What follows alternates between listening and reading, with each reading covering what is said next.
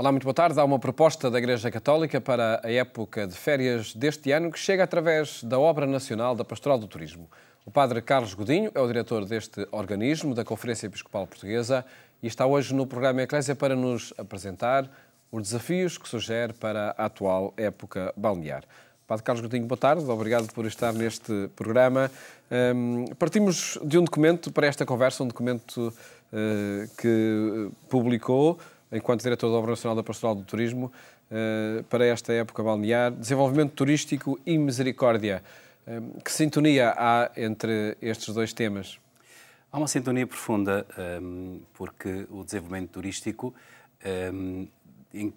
pode incorporar-se, de facto, naquela perspectiva da realização das obras de misericórdia. Aí coloco sobretudo o acento. Quando entendemos as obras de misericórdia não de uma forma restrita, mas sim de uma forma ampla. Aliás, é um dos aspectos que eu abordo depois nesta nota e que desenvolvo num segundo elemento, ou uma segunda linha, no segundo ponto que eu desenvolvo. De facto, nós não podemos considerar, como muitos pastoralistas e alguns teólogos têm equacionado, não podemos olhar para as obras de misericórdia estritamente como realidades factuais, o dar de comer a quem tem fome, ou dar de beber a quem tem sede, apenas no sentido factual, mas sim como uma abrangência e uma perspectiva muito mais englobante. E, nesse sentido, o desenvolvimento económico de um país pode providenciar-se a dar de comer a quem tem fome, dar de beber a quem tem sede ou vestir os nus. E, portanto, o turismo, como atividade económica que é e em crescimento, contribuindo para o PIB nacional ou de qualquer outro país, no caso estou a referir-me agora a Portugal, mas de qualquer outro país, naturalmente poderá providenciar no sentido de termos aqui a resposta efetiva às necessidades materiais das pessoas que fazem parte de uma comunidade nacional, neste caso a nossa. Em todo caso, e como refere também no documento, muitas vezes contribui para o contrário, para os salários injustos que o aumento da atividade gera e para acentuar até desigualdades. Sim, esse é um aspecto que poderá ser, é um aspecto negativo, naturalmente, e que devemos cuidar e que devemos denunciar também numa atitude profética. Obviamente que o turismo não pode beneficiar apenas alguns, e muito menos poderá beneficiar alguns à custa do esforço desmedido de outros, sem necessária compensação. Isso seria injustiça. E, portanto, esse aspecto que está aí ressalvado num dos ideias também que tenho presente na nota, que o turismo deve servir a todos, não apenas a alguns setores ou a algumas pessoas, mas deve servir a todos, e desde logo promovendo o emprego também, que é uma forma de dar resposta, é uma forma de também ver as obras de misericórdia. Promovendo o emprego, deve pagar salários justos, segundo as tabelas salariais, e depois nesse justo equilíbrio entre o tempo de trabalho e a devida remuneração. E já analisaremos um pouco mais esse aspecto sobre o qual faz referência muito explícita neste documento. Ele parte do facto de estarmos a viver na Igreja Católica o Jubileu da Misericórdia e enquadra nesse contexto a atividade turística. Exatamente. Eu penso que neste ano todos nós temos esta possibilidade de refletir toda a vida eclesial a partir deste tema geral, que é a misericórdia, celebrando o Jubileu Extraordinário da Misericórdia, por vontade do Papa Francisco. E pareceu-me que seria oportuno perceber como o turismo e a pastoral do turismo, mas o turismo no seu todo agora, a atividade turística pode efetivamente ser uma bela expressão da misericórdia no contexto da sua realização. Desde logo no acolhimento das pessoas, o acolhimento do peregrino e toda a sua simbologia bíblica e depois a simbologia, naturalmente, que nós assumimos no concreto, acolhimento como centro da vivência da atividade turística.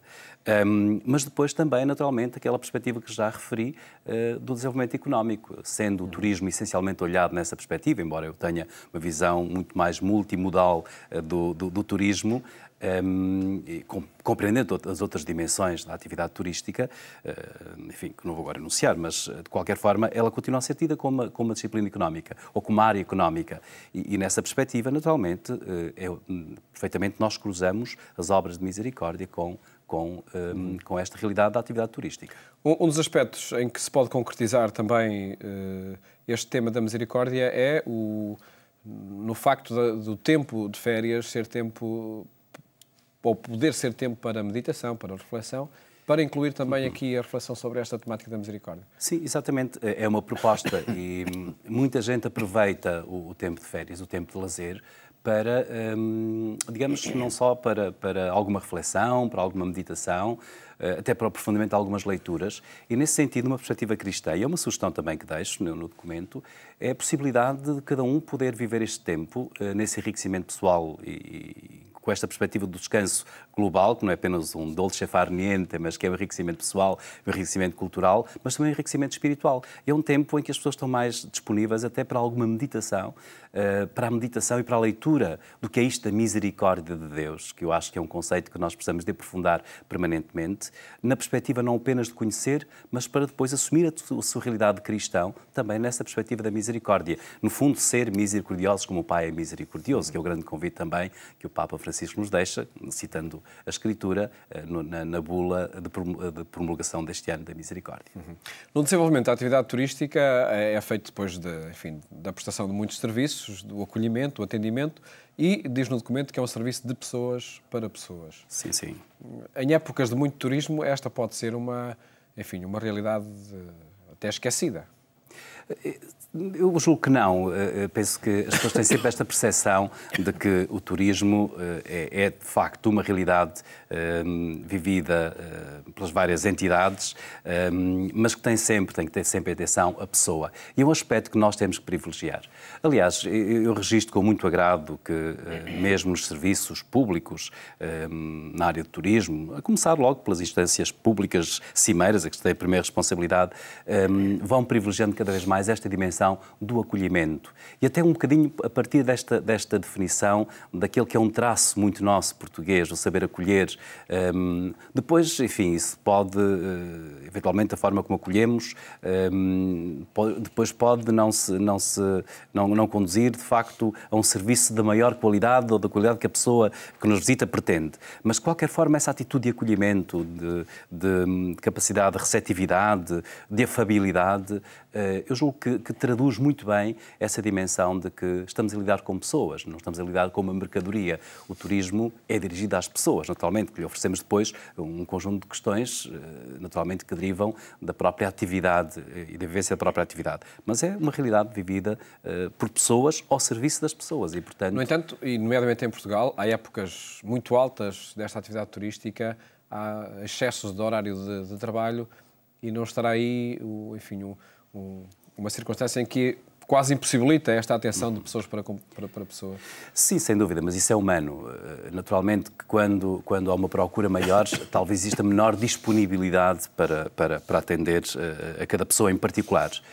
Mas julgo que esse deve ser um esforço contínuo, deve ser um esforço no sentido de adequar não só as estruturas, mas também o pessoal de serviço, as pessoas que têm ao serviço, para servir a todos. Igualmente, isso é uma questão também de planeamento. Obviamente, se eu prevejo ter um conjunto de pessoas, sei que para acompanhar este conjunto de pessoas preciso de um conjunto de funcionários, por exemplo. E, portanto, nesse sentido, também tem que ser uma questão de planeamento, no sentido de que, efetivamente, se acolha devidamente a pessoa, como dever primeiro, e sabendo depois também que esse acolhimento levará naturalmente a uma satisfação e também, digamos, à revalorização do turismo também como uma atividade que se pode promover, porque nestas questões de turismo, quem promove o turismo entre nós continua a ser, de facto, os clientes, aqueles que vêm e que nos visitam, ou então nós mesmo ao nível do turismo interno, quando visitamos outros espaços que não os nossos, onde vivemos habitualmente.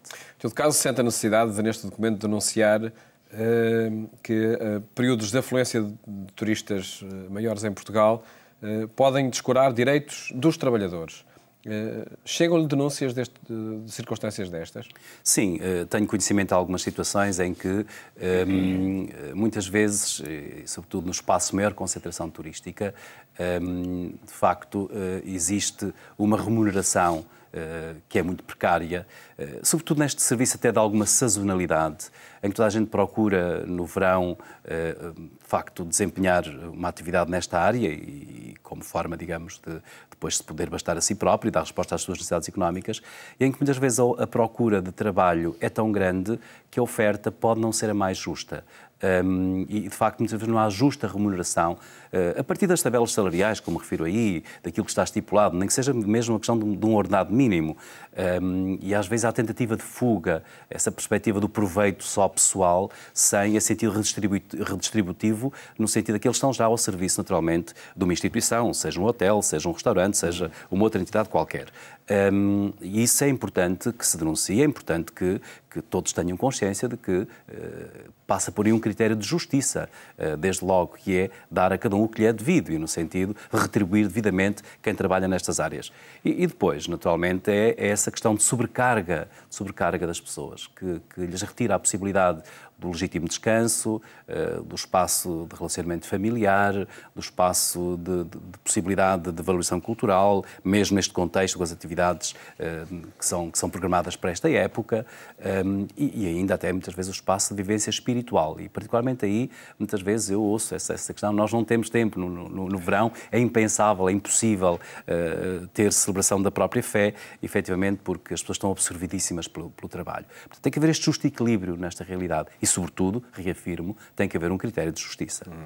Um objetivo que, por certo, muitos desejam, mas que será bastante difícil concretizar, nomeadamente nestes meses de julho e agosto. Eu espero que se consiga concretizar, que se consiga alcançar. Espero que sim. Francamente, acho que temos que caminhar nessa perspectiva. Outro aspecto que sugere aqui neste documento é que as receitas da atividade turística sejam reinvestidas em proveito do bem de todos. Qual é a proposta que a Obra Nacional da Pastoral do Turismo faz neste âmbito e de que forma é que elas poderiam concretizar? Ora bem, é aí precisamente que esta questão se cruza diretamente com aquilo que comecei por definir ou comecei por apresentar como uma visão alargada das obras de misericórdia. O dar de comer a quem tem fome, o dar de beber a quem tem sede ou vestir os nus é precisamente promover as capacidades, promover de facto a resposta às necessidades de uma comunidade, das pessoas e de uma comunidade. As respostas, portanto, às necessidades básicas da sua própria vivência. Nesse sentido, parece-me que a atividade turística, devidamente com a receita que terá, poderá devidamente responder a esta realidade quando reinveste. E quando reinveste na educação, quando reinveste na saúde, quando reinveste nas melhores condições de vida, enfim, naturalmente, porque as receitas entram num bolo comum que certamente o Estado... E de forma indireta acontecerá isso? Exatamente, porque de facto a receita entra no produto interno bruto e certamente que depois, como as demais receitas de outras áreas de ação, serão reinvestidas naturalmente na vivência, na dinamização das outras áreas que estão ao serviço da comunidade. E, portanto, há aqui essa visão alargada de que a atividade turística, como as demais atividades, de facto, deverão conduzir esta redistribuição em benefício, naturalmente, de todos os cidadãos. Numa mesma comunidade, naturalmente, em benefício de todos os cidadãos. E é essa perspectiva e esse conceito alargado das obras de misericórdia que está aqui bem presente.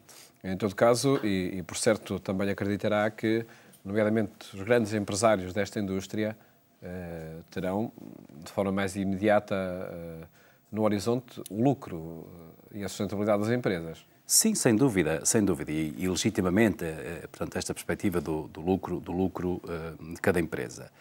Mas mesmo aí, eu penso que nós devemos considerar, porque considero também, não apenas o lucro de um hotel ou o lucro de um restaurante, agora para falar assim de forma muito direta, mas depois há todo um conjunto de atividades paralelas, as atividades denominadas atividades secundárias, desde a agricultura, o fornecimento dos produtos básicos, desde o desenvolvimento da agricultura, aspectos industriais, até depois, naturalmente, o artesanato e outras realidades do ponto de vista económico que são potenciais e são desenvolvidas. O comércio, naturalmente, o comércio que hoje beneficia tanto da atividade turística. E, portanto, há aqui, digamos que não podemos polarizar apenas naqueles que diretamente acolhem os turistas e, portanto, que beneficiam diretamente com o turismo, mas, digamos que é uma realidade que depois se alarga a toda a realidade social, enfim, naturalmente, a outras atividades de comércio e de serviços. E por isso mesmo, naturalmente, também estes fazem reinvestimento e, portanto, como tal, beneficiando naturalmente todos os cidadãos. E felizmente vemos na sociedade portuguesa, enfim, que é dinamizada muito em torno do turismo, nomeadamente nos últimos anos. Mas, se me é permitido só, eu diria que mesmo este reinvestimento pode parecer um bocadinho idealista, pensar que há um bolo como uma espécie de taxa que transita para o governo poder reinvestir na educação ou na... Claro que, naturalmente, eu estou a considerar esta questão no seu todo. Mas esse reinvestimento começa logo, precisamente, nas estruturas de base. Quando se remunera alguém, e esse alguém tem capacidade de investir e de reinvestir depois também, tendo melhores condições de vida e podendo, se calhar, aceder a outros produtos que naturalmente de que necessita, nós estamos já nessa perspectiva. Portanto, esta é uma corrente contínua, não se trata apenas de uma realidade de topo. Começa logo pela base. E, portanto, também, mesmo quando um hoteleiro ou quando um elemento da restauração, digamos, um detentor de um espaço de restauração faz reinvestimento, aliás, ele está a fazer reinvestimento permanentemente ao comprar produtos para servir aqueles que visitam, aqueles que acolhe nos seus espaços de serviço. Um dos aspectos que refere também neste documento sobre esta época alta do turismo em Portugal é a sustentabilidade ambiental. Joga-se neste tema também uma atenção, sabendo que, apresentando um ambiente protegido, agradável, é o fator de atração de turistas, mas depois a presença do turismo pode pôr em causa esse equilíbrio ecológico. Exatamente.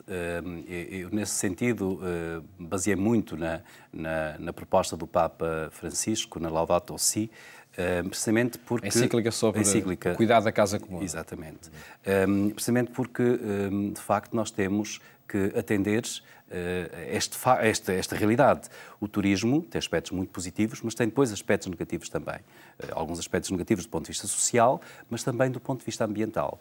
Porque quando há uma presença massificada num determinado espaço, há uma acumulação de lixo, em primeiro lugar, e muitas vezes, naturalmente, os resíduos não biodegradáveis. E nós vemos isso até nas nossas praias, vemos isso a cada passo, e, portanto, tem que haver um cuidado muito maior. E, por outro lado, temos também, de facto, um consumo muito maior dos recursos. Por exemplo, o problema da água. Entre nós, essa questão não se coloca tanto, felizmente. Por enquanto. Por enquanto, e espero que não se coloque assim de forma muito exigente nos próximos tempos, mas coloca-se noutros quadrantes, enfim, geográficos. E neste sentido, de facto, nós temos que entender que tem que haver aqui uma boa gestão também desta realidade. E uma educação para uma nova forma de estar, uma nova forma de nos relacionarmos com a realidade, com os espaços que visitamos, precisamente nessa questão, digamos, dos resíduos e da forma como os tratamos. E, ao mesmo tempo, digamos que fazer uma justa administração também dos recursos que utilizamos. Isto para bem dos espaços, ao mesmo tempo também para bem da saúde das pessoas e para que haja o equilíbrio, haja este bem comum que o Papa define exatamente assim, que é, naturalmente, também a questão ambiental, que é um bem comum para nós. E, portanto, tem que haver... Joga-se aqui, por certo, o melhor e o pior que a atividade turística pode gerar. Sim, eu recordo que há dias ouvia falar de um determinado espaço onde se limitou já a presença de turistas, precisamente para não haver degradação dessa realidade. Há espaços até particularmente sensíveis e uma presença massificada é destruidora. E, portanto, tem que haver este justo equilíbrio para que, de facto, não exista, com esta presença massificada, não exista, de facto, uma degradação dos espaços, pondo em causa a biodiversidade, pondo em causa a estabilidade e o bem das comunidades e depois também a saúde das pessoas. Padre Carlos Godinho, um conjunto de propostas para este período de verão, para, enfim, uma época alta da atividade turística. Em que aspectos estas propostas desafiam também as próprias estruturas da Igreja Católica, nomeadamente no acolhimento a quem chega? Eu julgo que, desde logo, naturalmente, vivemos essa realidade que é o coração de toda a ação, toda a pastoral de turismo, que é precisamente o acolhimento. E o acolhimento, valendo-me aqui do acolhimento ao peregrino, e regresso de novo a este aspecto, para que vivamos esta atitude primeira e cimeira, na perspectiva eclesial. Mas não a quero centrar meramente aqui. Nomeadamente, uma afirmação bem clara é de que nós não podemos ficar restringidos ao âmbito interno das nossas comunidades. Já sabemos que devemos acolher na Eucaristia, que devemos acolher na comunidade, que devemos encontrar formas de acolhimento, desde um flyer que se envia a saudar quem nos visita nas várias comunidades paroquiais. E esses materiais vão existindo? Em alguns casos, sim. Se calhar ainda muito pouco, precisaríamos dinamizar muito mais esta forma de acolhimento. A fixação de horários, ter os espaços das nossas igrejas, os espaços, digamos, da comunidade abertos e disponíveis para os turistas, dentro daquilo que for possível, sabemos que essa é uma realidade fundamental. Mas aqui coloco também o acento num outro vetor que é importante, que são os agentes de turismo cristãos. e que no diálogo com o mundo, e são eles, pela sua vocação laical, que estabelece este diálogo particular com as realidades do turismo, porque é a sua vida de cada dia, a sua vida cotidiana, serem capazes de sensibilizar para estas perspectivas que fiz questão de apontar e que a Igreja aponta também, naturalmente, para a vivência desta realidade. Sobretudo porque tenhamos um turismo mais humano e humanizante, que respeita as pessoas e que respeita o bem comum, que respeite de facto o bem comum, a casa comum também, nessa perspectiva ambiental. Por exemplo, uma das propostas que deixa neste documento de esta época ser uma ocasião para uma reflexão em torno do tema da misericórdia, tem conhecimento de alguma iniciativa que parta da Igreja Católica nesse sentido? Conhecimento efetivo neste momento não. É possível que neste período de verão algumas comunidades, e porque algumas se vão movendo um pouco neste sentido de fazer reflexões em tempo de verão, estou a lembrar-me da Diocese de Aveiro, ali sobretudo aquela zona da Costa Nova, com as tendas de verão, enfim, com as conferências que já começaram nos tempos do Sr. António Marcelino, um dos anteriores bispos da Diocese de Aveiro. Estou a lembrar-me sobretudo depois também do Algarve. Eu julgo que aqui há uma oportunidade imensa, que é a possibilidade de, à noite, até mesmo nos espaços das paróquias, pensar-se numa possibilidade de uma conferência sobre esta temática, que ajuda também a valorizar, não só a responder a algumas das necessidades dos turistas, até, digamos, no preenchimento do seu tempo, propondo alguma coisa de valor, mas ajudará também a difundir uma mensagem que é aquela em que nos centramos, particularmente durante este ano. É um dado que se repete em Portugal, o aumento do turismo em diferentes segmentos, em diferentes setores. No setor do turismo religioso, registra-se também esse aumento e é um setor que contribui decisivamente para o turismo em Portugal? Sem dúvida. Eu não tenho agora preciso os dados deste último ano, mas sabemos que o turismo religioso andará pelos 10% do turismo em Portugal. E nós temos grandes espaços, de facto, onde se registra este turismo religioso. Naturalmente que o santuário âncora é sempre Fátima. E estamos agora muito centrados, ainda há dias reunia com o Turismo Portugal, precisamente na perspectiva da preparação do centenário, da celebração do centenário das aparições no próximo ano de 2017. Nós próprios, a Obra Nacional, vai organizar uma peregrinação dos agentes de turismo a 13 de fevereiro do próximo ano, peregrinação ao Santuário de Fátima, no âmbito da comemoração do centenário das aparições.